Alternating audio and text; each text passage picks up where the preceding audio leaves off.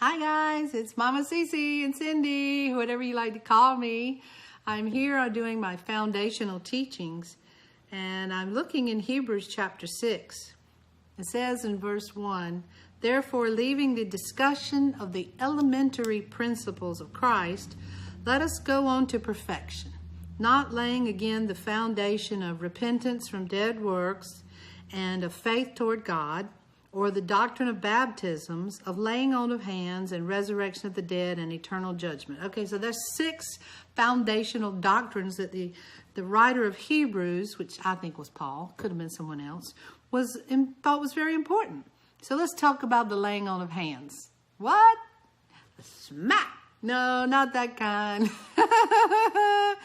But have you ever seen people in church that come and they like touch their heads while they're praying for them? That's called the laying on of hands.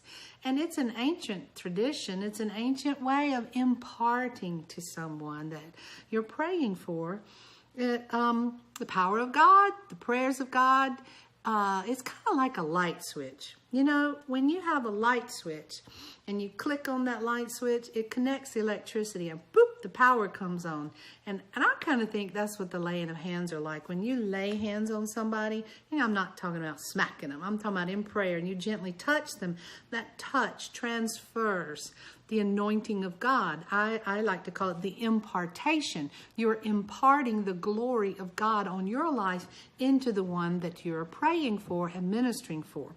Now, why would I think that? That's such an unusual thing. Let's go over to James and see what James says. Okay, in James, now James was the head of the church in Jerusalem and the brother of Jesus Christ, a half-brother, I guess you'd say, one of Joseph and Mary's children. And here's what James says in chapter 5, verse 13. "Is any among you suffering? Let him pray. Is anyone cheerful? Let him sing psalms. Is anyone among you sick? Let him call for the elders of the church and let them pray over him, anointing him with oil in the name of the Lord. And the prayer of faith will save the sick, and the Lord will raise him up. And if he has committed sins, he will be forgiven. Confess your trespasses one to another and pray for one another that you may be healed. The effective, fervent prayer of a righteous man avails much." Okay, this anointing of oil is another thing that we do when we lay hands on people. And as you can see, it's an important part of our ritualistic faith that we anoint people with oil. You'll see a priest do in the name of the Father, Son, and Holy Spirit. Or some people get poured all over them, like Samuel poured over King David when he anointed him with oil. Well, the laying on of hands is very similar to that. Let's look at it again. Let's see here. Where am I? In the book of Acts, okay? Chapter 8 and verse 16. And it says here, "For as yet he had fallen upon none of them," speaking of the Holy Spirit, "for they had only been baptized in the name of the Lord Jesus." They'd only been water baptized. "Then they laid hands on them and they received the Holy Spirit. When Simon saw that through the laying on of the apostles' hands the Holy Spirit was given, he offered them money. And he said, 'Give me this power also, that anyone on whom I lay hands may receive the Holy Spirit.'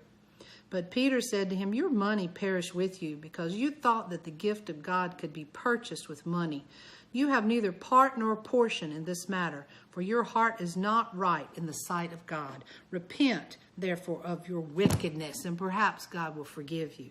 So Simon was a sorcerer, and he really just wanted this power so that he could make money and be like a magician to others. And that's all he cared about. But God is not like that. The Holy Spirit is looking for pure and holy vessels.